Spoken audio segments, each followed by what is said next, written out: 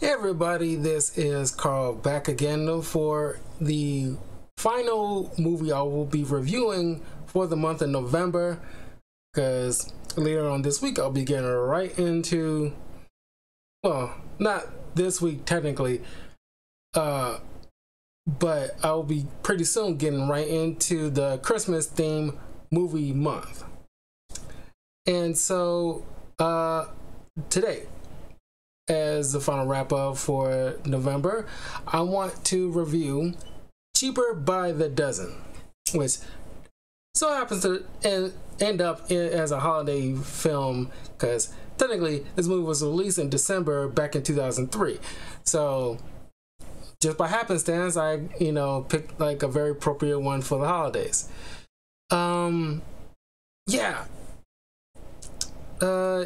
This has a heck of a cast.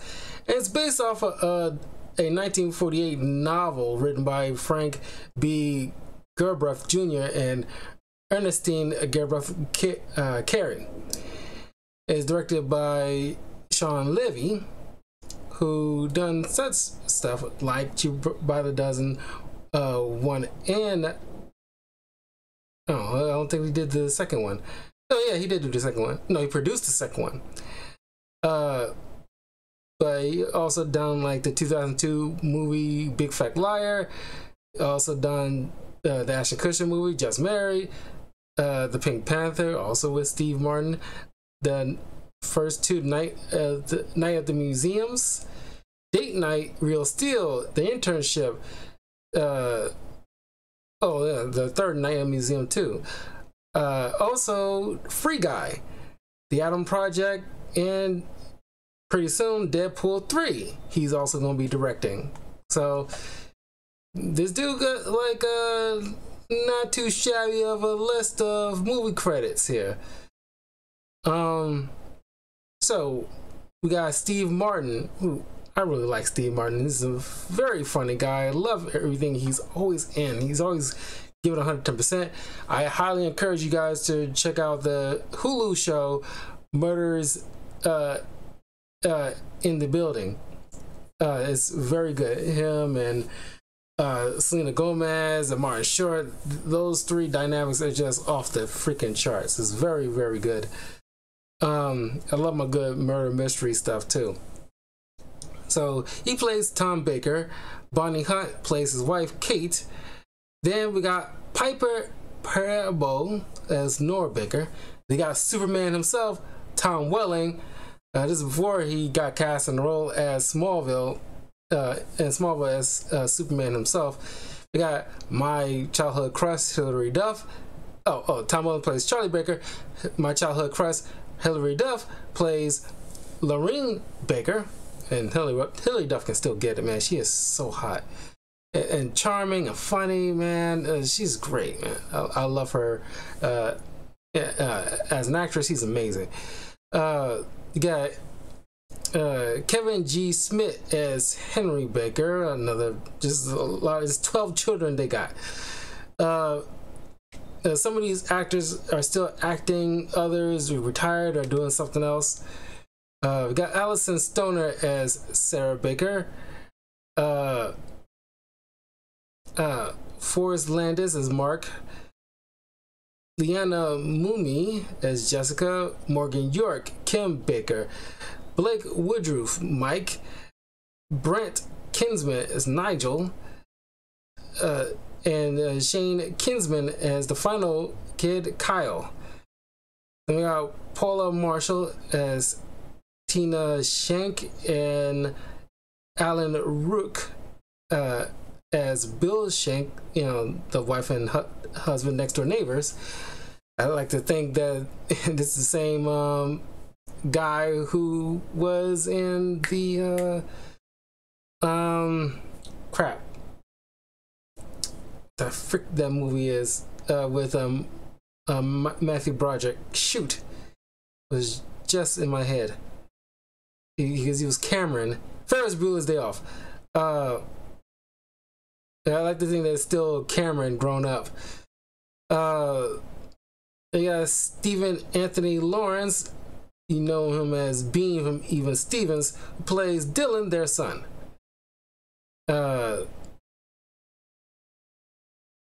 And we got some, castings here that you probably overlooked over the years. Aside from like cameos such as Regis and Kelly Ripa, who play themselves, well, we got Ashton Kutcher, who plays as Nora's boyfriend Hank, but is uncredited. We got Wayne Knight, uncredited cameo as Pete the electrician. And we got a very young, very skinny Jared Padalecki as an uncredited cameo in this as a bully to Charlie, which is weird because Tom Welling even back then was built like a brick shithouse, and so like you'd be hard pressed to bully somebody like that because he could freaking lay you out if he really wanted to. It's kind of wild to me. But this little skinny twig dude, I mean back then he was kind of skinny twig. He's buff now, but Jared Padalecki was pretty skinny of a guy. So it's like, you got some nerve to come bully this dude who is twice your size in muscle mass and can literally toss you like a javelin pole, over across the football field. He's just wild to me. But it's ironic also that Jared's co-star, forgetting his doggone, Jensen Ackles, who we all first, because he was in like a soap opera, very, very, very long time ago.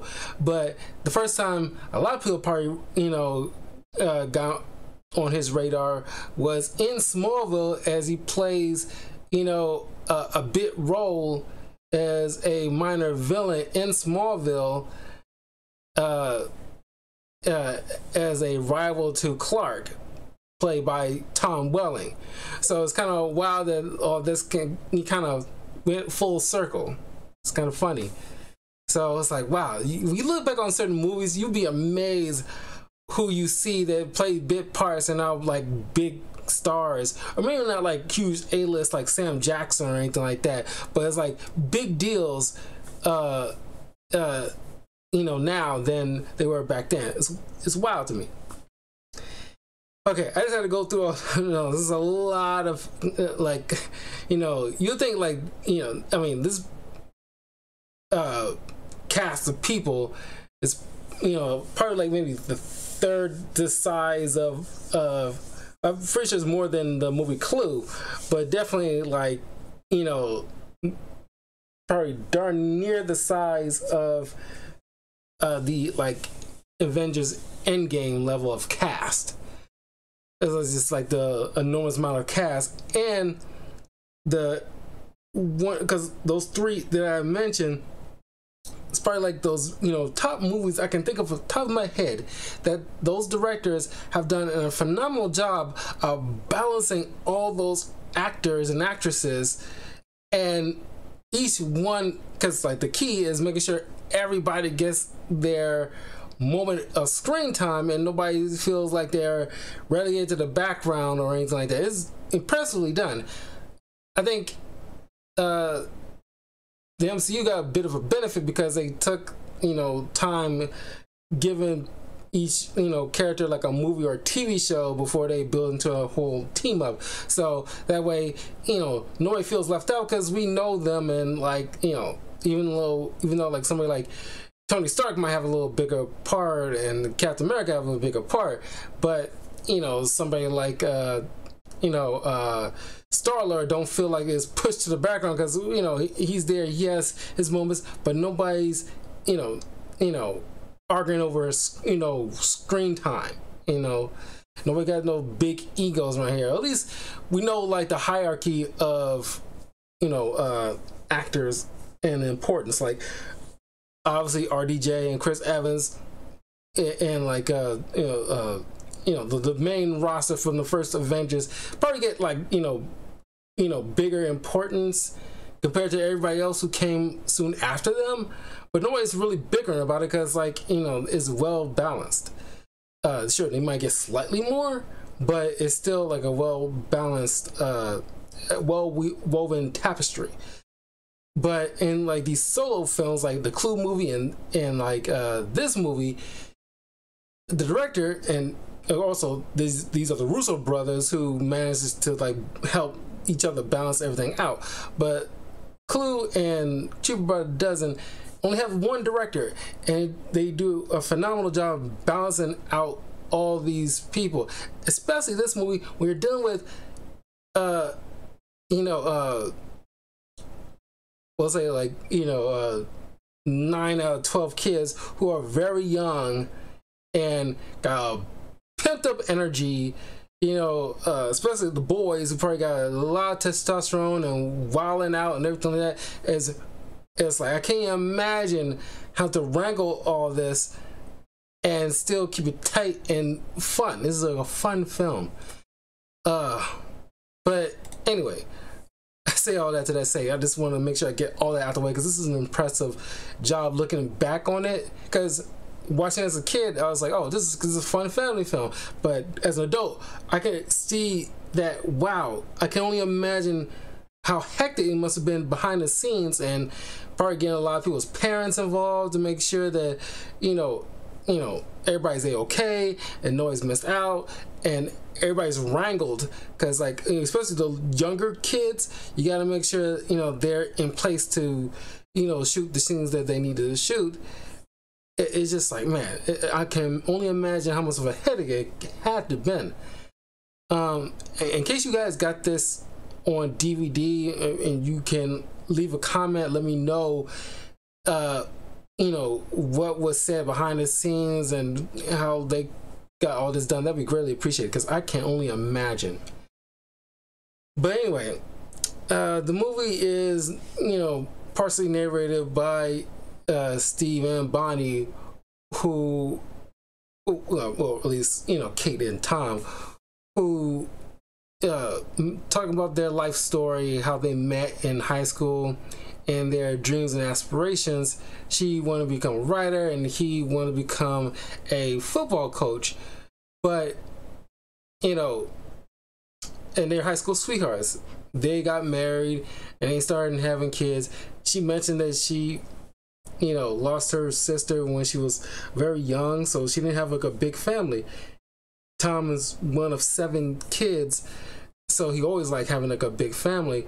But they initially wanted maybe like 5 or 6, something like that. But little by little, even after like the 6th one, he tried to get a vasectomy, but didn't wait until a significant time before everything heals up to make it permanent, because he wasn't paying attention. So it didn't work. So it ultimately cultivated into having 12 kids. And along the way, they have to put their dreams to the side and work. Like he works at it's a high school alma mater as a coach there, while Kate is a stay-at-home mom. And they live in this kind of like, cramped house. And it's like almost no room and everything's super cluttered, but they somehow make it work. And of course, back in way back in the day, a lot of people wanted to have like a bunch of kids. I think 12 is definitely excessive, but this is like building a small army, honestly. And it's like, man, like especially the dad must have some great genes, and kudos to the mom, because man. And she going on this like talk show with Regis and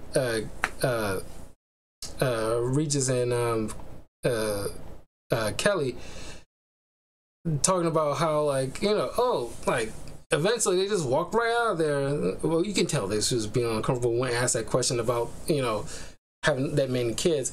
But you should have known they was probably going to ask that question. But it's just that, wow. It's just, I can't imagine anyone want to have like 12, no one wants to have 12 kids, but it just happens that way. Because personally, 3 kids is my limit. You see this film and you see like the chaos and the utter zoo it is to deal with all those kids. It's like from early onset adult all the way down to a toddler. It's like as I mentioned in my review of the Incredibles film, when they just only had 3 kids, but each of those 3 are like in different stages in life, and you have to adjust your parenting skills depending on the age of the child. When you're dealing with like Violet, being like a young teen coming into her own, and then you got like Dash, who's like roughly 10, and you got Jack who's still a baby. So you got to parent in 3 different levels, and you got to adjust with the flow.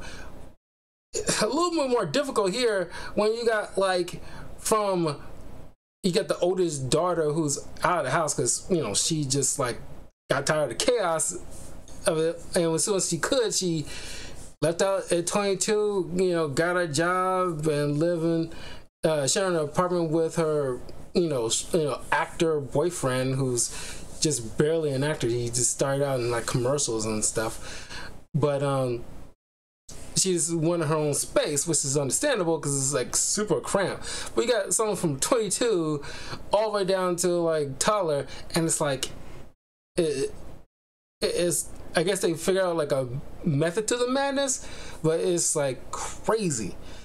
Tom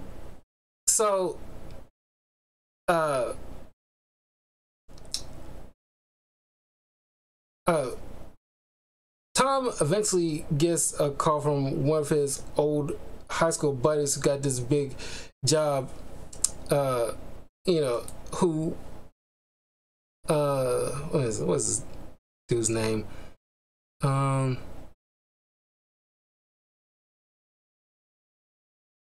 Shake McGuire, who offers Tom his dream job, coaching at this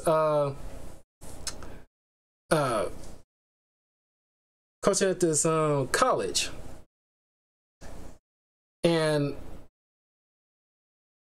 it is offers bigger pay, and being a coach to the college, he can send his kids to stay at school for free without having to worry about like college tuition and or at least don't have to worry about college debt or anything like that. They can just go there because their parents happen to be the teacher there, which is a good benefit. And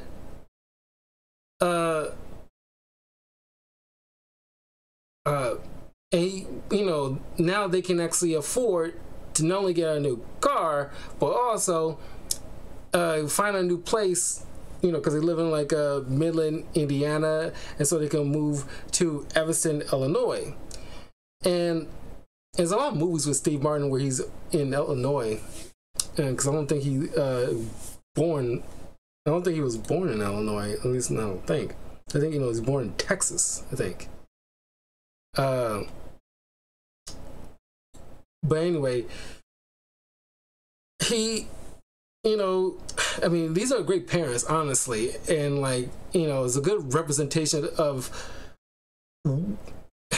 because I remember, I watched Big Daddy, Adam Sandler's movie, like tons of times growing up, but I did a review of that up on my channel, the youtube.com/talkativecarl. You can check it out, my thoughts on that film there. But growing up, I thought that, man, that was a cool dad. That's like an ideal dad. It's like, I want a parent like that. But even then, as I grew up and watched that movie, it's not always fun and games. Sure, you have a great time with your kids. You always gonna have a great time with your kids, but there's gonna be times when you have to put that aside, and it's like, okay, we gotta tighten up. Like responsibilities. We gotta, handle this, and that, and the other. And the way these two couples, how they deal with all their kids, is just like, it's like an emotional roller coaster, and it's like, and sometimes you might snap, honestly, because like when the Charlie is is having difficulty, and it's him and the dad butt heads, but they quickly resolve it, at least not that quickly, but maybe like the next day. But it's just like, it's still like a solid relationship. It's like, there's still respect and love there. But it's like, it's just like, it's dedicated time where these parents sit down. Almost every kid gets a more of an interaction with the parent. And you can see the parenting style, and it's very well done. It's just like, it's so easy. Any one of these kids can get lost in the shuffle. It's so easy to do that. But they made time to make sure each kid has a proper time with the parents. You can see how the parent handles the situation depending on the kid, or at least the age range of the kid. So they go to the children to bring up the fact that, hey, like, I got a job. They'll give means more money. That means we get a bigger house. That means more room for all you guys. And the biggest laugh I got out of this film is when they eventually go to the house, and one of the kids, I don't know which one, I think it's definitely one of the girls, who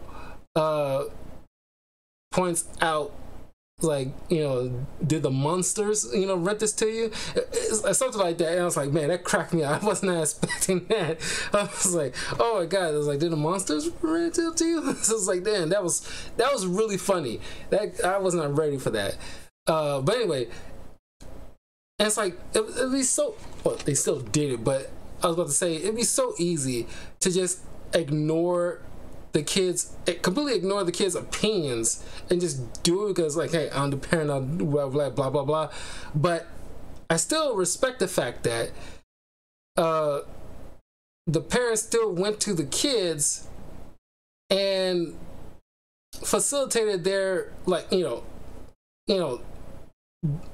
because most parents, and I'm pretty sure we all have grown up in that kind of environment every once in a while, where the parents ignore our opinions on something because they just going to do it anyway. And I'm glad they brought it up in here. It's like, what's the point of voting? Because they try to say they will bring it up to the vote, and I think it was Charlie brought it up. It's like, what's the point of voting if you're just going to end up doing it what you want anyway? So it's like, it's kind of fruitless. It is fruitless. But I'm glad that, what I'm glad about is that the parents still included the kids. At least, give them like understanding they have a word in this. They're not just your children. You have no say at all. It's like you're treating like they're basically just pets or robots, and it's like they have no ownership or agency of their own. But it's like, I gotta tell you guys, this is a big deal, so we gotta include everybody, let you guys know. And they all give their opinions. They don't want to move because they essentially have a life here, and Charlie has a girlfriend, and the rest of them got friends, and they're used to it.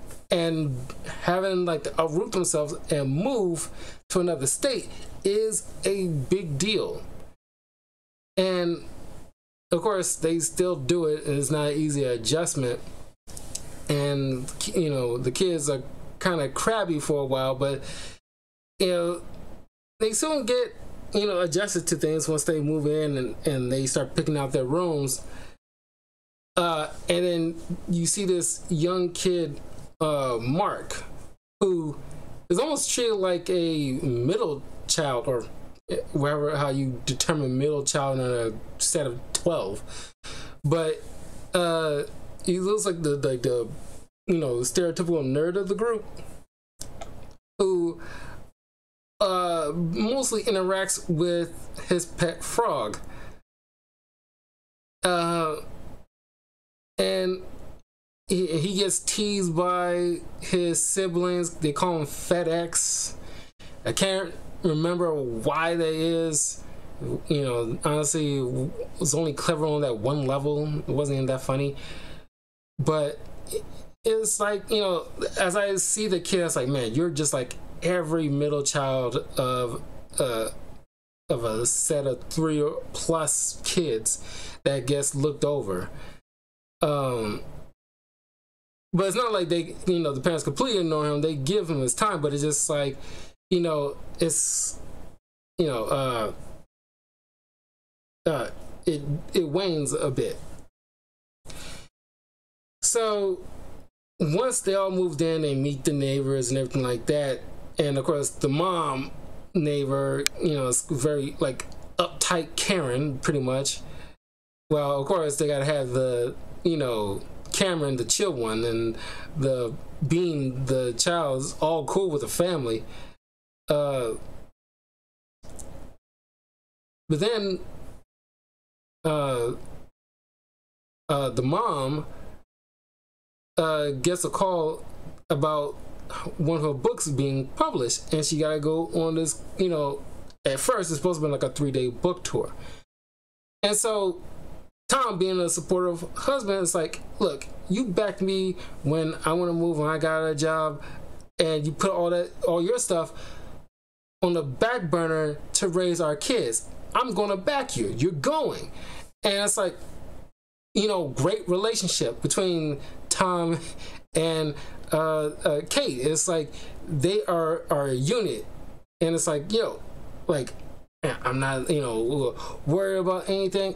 I'm gonna hold this down, just like with like Bob Parr and The Incredibles. Like, I'm holding this down. You held it down when I'm doing my thing. It's my turn to return the favor. So go out and do your thing. I got this. And of course, yeah, he's in over his head, but not too much, because he knows enough to ask for freaking help.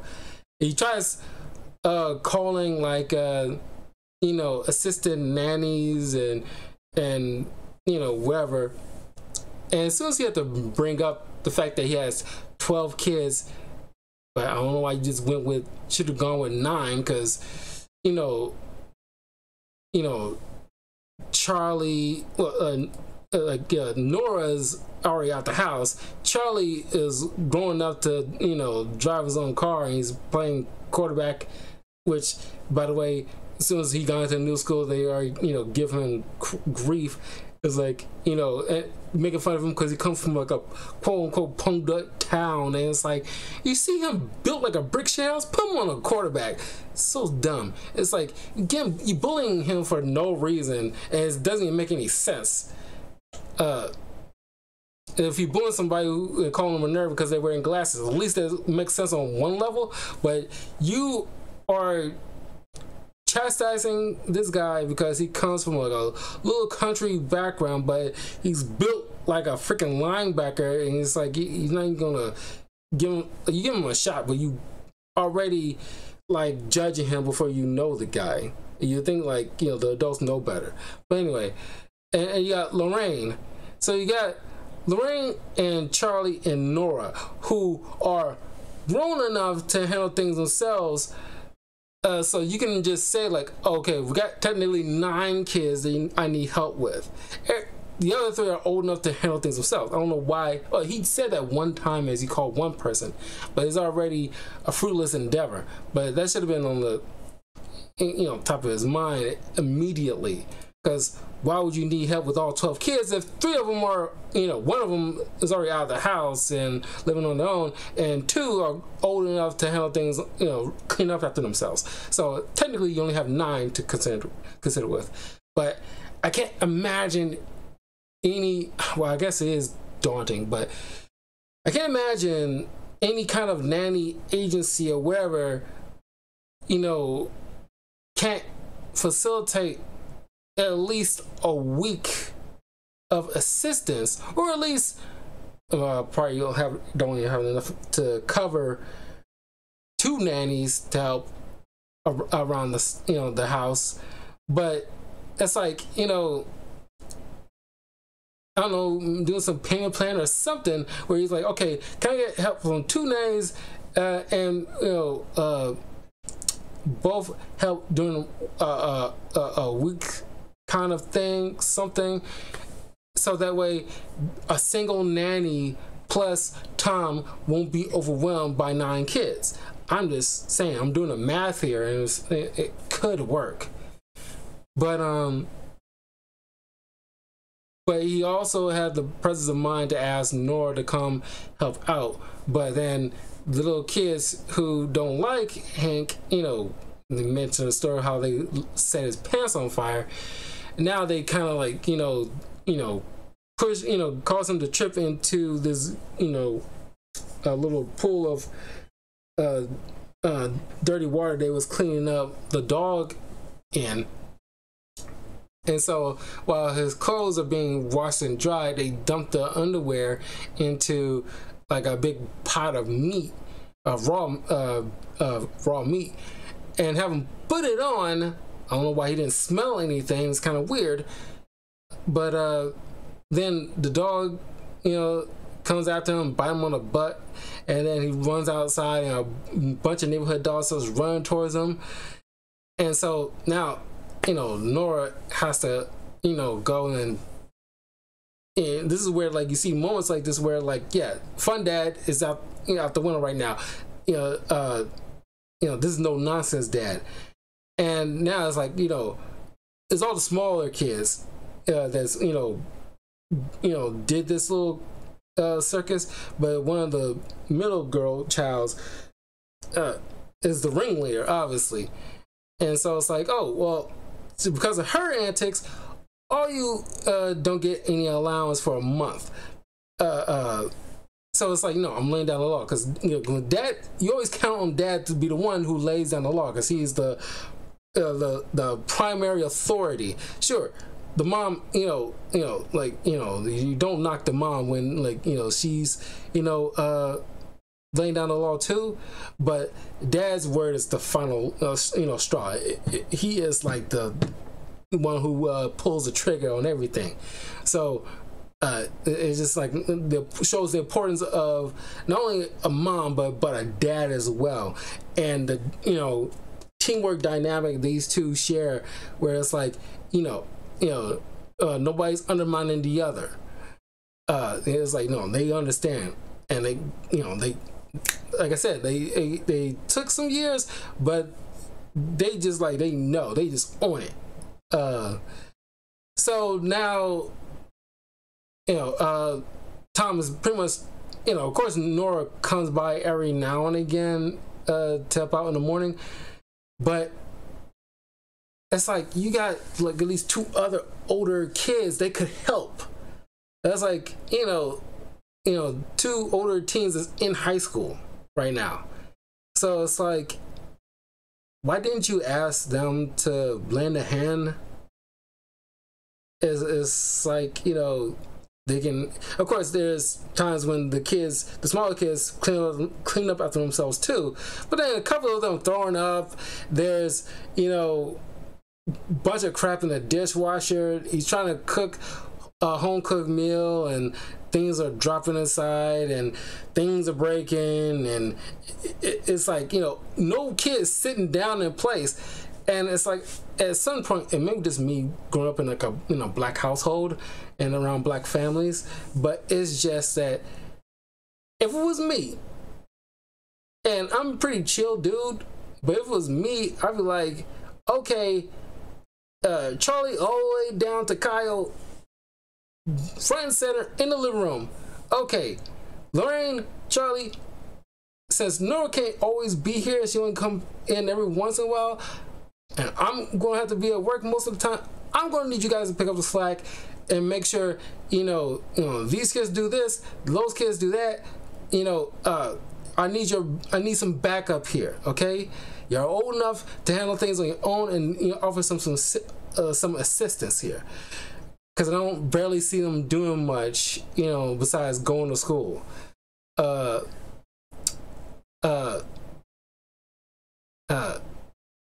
And then telling the smaller kids, okay, while mom's gone, we're gonna bring like this whole party thing to a minimum. All, you know, these smaller kids, I want you guys to, like, you know, cool it down, okay? At least I'm just spitballing here, and of course, like, I don't have kids. I don't know how I exactly do in this situation. That's just like ballpark situation. I know full well that the older kids can help out because they don't need to be supervised. But they're already dealing with their own personal. Well, they all share this one, struggle, is that they all being overlooked because the dad is trying to balance focusing on, because this is a whole other issue. It's like, he's getting chastised because his mind again split between handling things at home with his children and dealing with coaching. And it's like, why would you make fun of a guy like that? It should be like, praise for a guy like that who's, especially if something like that happened this day and age, he will be praised for being like an awesome dad who's, taking care of things at home and trying to handle his work-life balance all by himself while the mom is away on a job of her own. And it's just like, man, like this dude needs like all the support he can get. And like you got this McGuire guy, breathing down his neck, and as the mom calls him and the kids call him a wiener, and he's acting just like that. And it's like, dude, get a clue. This dude is like burning the candle at both ends. And the last thing he needs right now for you to like give him grief about it. So he can't go to any press conference, like, give him a freaking break.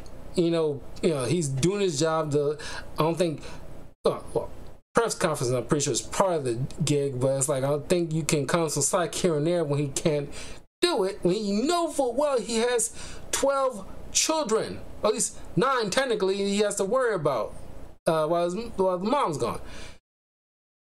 But then, like, some of the kids are getting in trouble at school because, like, Mark getting picked on by some kids, and then even though his siblings tease him, but that's their family, they get the right to do so. But as soon as they find out some two, punk kids who dressing like, Malibu Most Wanted, it started, when they find out that, these dorks is picking on him, they get into a fight like nobody, messes with my brother. Speaking of which, one of those boys who stood up for his brother happened to be the kid who was in the movie I reviewed for Halloween month, Phantom of the Megaplex, the small boy. If you remember that film, Disney Channel film. And so the dad gets called to school right as he's at work. I mean, like many parents have, gone through that scenario when they have to leave work abruptly to go to the school to handle something. And of course, the dad's been miffed, but nobody but to ask, never seen on screen, but it'd be one of the things that ask, okay, what happened? And it's like, oh, these kids got in a fight. Okay, what happened? You can't just say like, oh, they got in a fight. Something had to start the fight. And ask the kids, and they say Mark got picked on, and so we, beat up those bullies. And like, sure, like, you don't want your kids solving their problems with violence, but I'm not going to punish them, which Tom does, because he's just more so kind of irritated because he had to, because things are going way above his head right now. But it's just that I'll be a little bit more, okay with the fact that my kids stood up for one of their own when somebody was picking on them. So I'm not going to sit there and punish them too harshly for something like that. It's not something that should be punished. It should be, at the very least, encouraged. I won't say praised, but encouraged to stand up for one of their own when somebody in your family is getting hurt. Then you got Charlie who doesn't want to, play football anymore.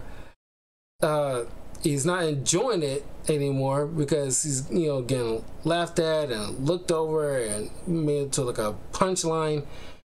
And of course, like, the dad is not like, you know, he's focusing on trying to, because he got his dream job. He's trying to make sure he be super dad. He's trying to get everything done, but he just, you know, he's sacrificing the attention of his kids. Like the two smaller twins, where they kind of like, it seem like they're into wrestling or something, because early in the film when they bump into their dad, they go, ah! And then the dad goes like, ah! But later on you can tell like a shift where it's like, you know, they do that to him, and he just like, go on there up to the stairs, and clearly it's like, you know, no, we had this little shared camaraderie, and now you kind of blowing us off.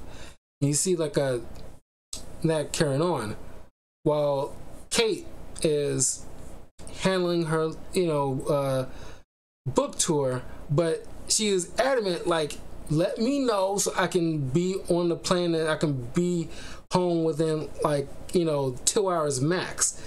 But of course, Tom doesn't want to do that because, like, he wants to be supportive and want to make sure that, you know, when things get tough, you know, you can't keep calling the mom to come save the day, even though you're supposed to be a team, and you're not going to be looked upon as weak if you need your wife to come lend a hand when things get too crazy.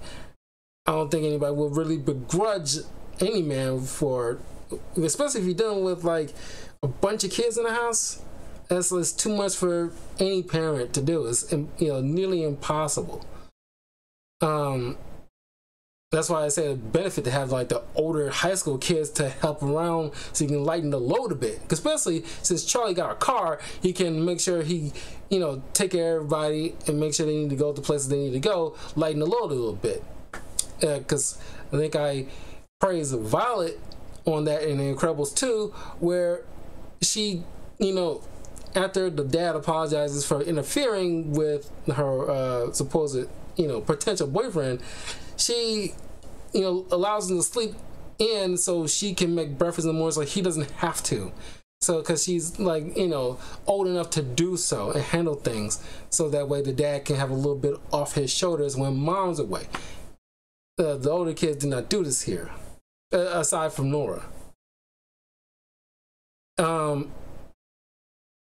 So the mom gets home, and so they have to arrange, the people who are arranging the whole book tour have to set up a interview with Oprah Winfrey at her house, which allows some news people to come into, you know, basically do the interview to see this wonderful family based off the book that she wrote.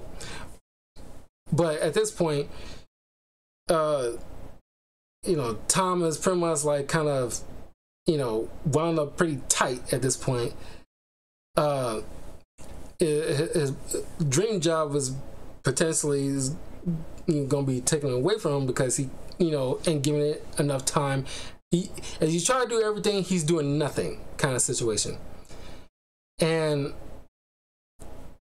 she's upset because, you know, I don't want to say like she's upset because he's upset, but it's just like, you know, he didn't just admit that he's having a tough time and called her sooner without everything being in jeopardy. And so things starts, you know, really bubbling over when Mark notices his frog is sick, and then eventually he died, and he's trying to come to his parents about it, and one of the younger kids, you know, one of the sisters said like, nobody cares about your dumb frog fat ass, and he just snaps like, because it's like somebody's gonna pop, and it happened to be Mark in this case, and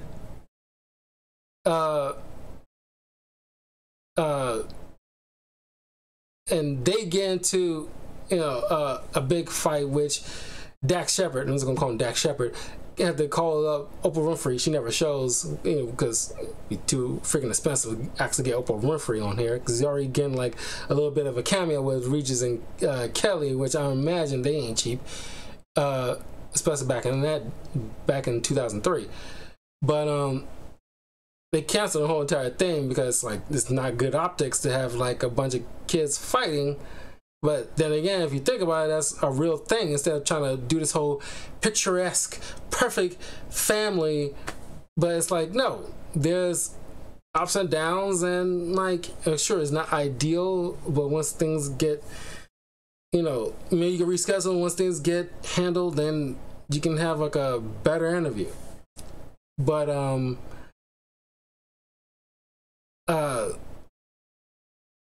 then Mark ends up running away, and everybody starts taking notice. And Tom starts going door to door to go through in the house, you know, letting the kids know, hey, you know, Mark is missing. We need to go out and find him. He calls Nora, who trying to get her boyfriend to help, but he's way too into himself on this one little commercial he has.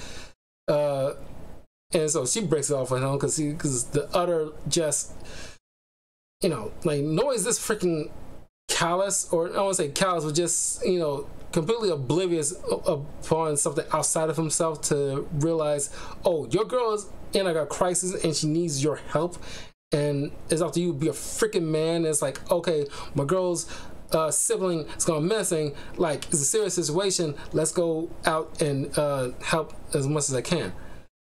And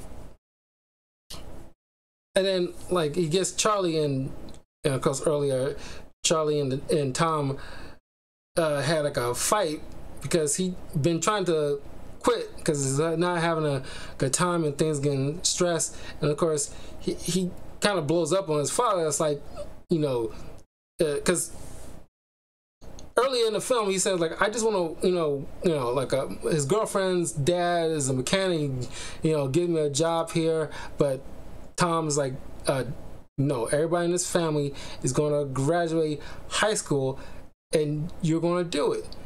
And he was like, you know, as soon as I graduate, I'm out of his house, and it's, you know, comes a big fight. But as soon as, like, you know, he comes to his son, it's like, hey, your brother's missing, and he takes the moment like, look, I apologize, Dad. I shouldn't have, you know, snapped at you like that. And it's like, you know, and there's no ill will. There's no lording over the other or anything like that. It's like, you know, he's sorry that the dad owns his stuff too, because he wasn't like present enough to acknowledge like his son's going through something, and it's like, you know, each kid need the time of day and the right amount of attention that they deserve so they can feel heard and understood. That's the key thing, ideally. So they all go out and even go to the neighbors who they form like a friendship with, the, you know, the kids from a friendship with their kid. And the mom's, you know, about as callous as Hank was about, because Tom, like, I always knew you when your kids were going to end up on a milk carton. It's like, bitch, how's some fucking, like, you know, empathy? Their kids are, one of our kids are missing, and you want to sit there and do it, and I told you so right now under this dire situation. I wouldn't be surprised if Bunny Hunt right there was popped her right in the mouth right then and there. But kudos to the husband who stopped, like, honey, when the kids are missing, come on, we're going to help. And so the dad and the son go out to assist, looking around the neighborhood, and then the dad goes and has an idea about where Mark could have gone, because the frog's mother passed away way before they even moved, and they was buried, you know, in the yard in the old house. So he's, you know, went on to the trains to try to head back to Midland, Indiana. Don't know how he would have gotten a ticket to get on board in the first place. It's not like he's freaking Kevin McAllister here. But the dad finds him, and they, you know, share an embrace and a hug. And so the return home, everybody sharing a hug and everything like that, because they're glad Mark is okay. So they all go back to Midland, Indiana, back to their old house so they can have a proper funeral for the frog. So then Tom later on will, resign from his coaching job because he realized his family needs him more than he needs his job, which is kind of like a shame because it's like, like I mentioned earlier, it would have helped the fact that the older children could like pitch in a little bit more, because it would be feasible. A lot of people have, a big family and still manage to have a decent career at the same time. But I guess it also required too much responsibility that would take too much time away from his family, which a lot of them still in those crucial years, they need their dad from those formative years. So I guess you can say it was the right call. But yeah, and that's where the movie ends, where it's like everybody's like just have like a nice little neat bow wrapped around the whole situation. But that was pretty much Cheaper by the Dozen. I think I'll do the sequel next November, because now I'm just like too into, because I haven't seen Cheaper by the Dozen Part 1 or 2 in a very long time, and I think like seeing the sequel for next November for Thanksgiving family movie review month kind of situation. But anyway, if you're watching this on YouTube, please like and subscribe. Share this with your friends. Let me know what you think. Have you seen Cheaper by the Dozen Part 1 or 2 fairly recently? If you haven't, please check it out. Let me know what you guys think in the comments below. Which of the children were your favorite? Because, like, of course, Hilary Duff and Tom Welling are my favorite of the kids. But of course, I love Steve Martin. Anything. Bonnie Hunt, everybody done a fantastic job in their roles. But man, those are the highlights for me. And the family dynamic is impeccable. It's like, and it's played like realistically. It's like each dynamic of what's going on with a kid of all the given ages is pretty much fairly accurate for a kid of that age, because they are kids of that age at the time, so they behave like a kid with that age would do.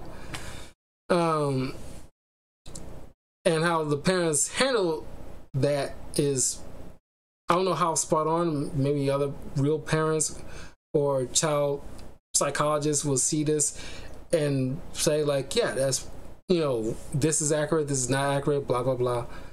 But anyway, I will see you guys in a little bit whilst I get back into Overwatch 2, because I still want to get that Hanzo Mythic skin to wrap up that, because it'll be the first time I actually get to a Mythic level.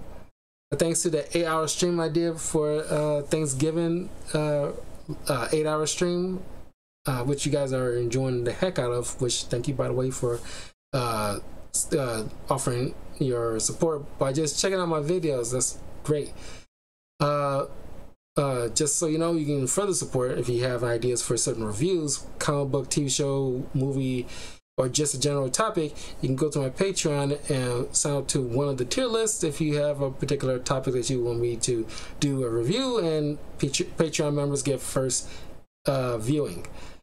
But yeah, check me out on Twitter, Twitch, and of course YouTube, and I will see you guys later.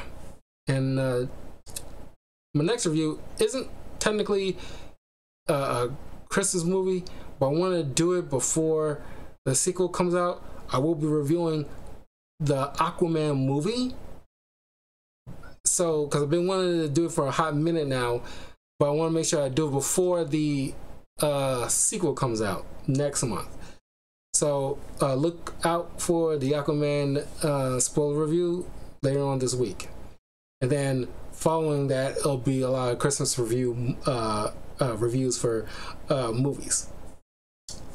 Anyway, I'll see you guys a little bit later. Take care.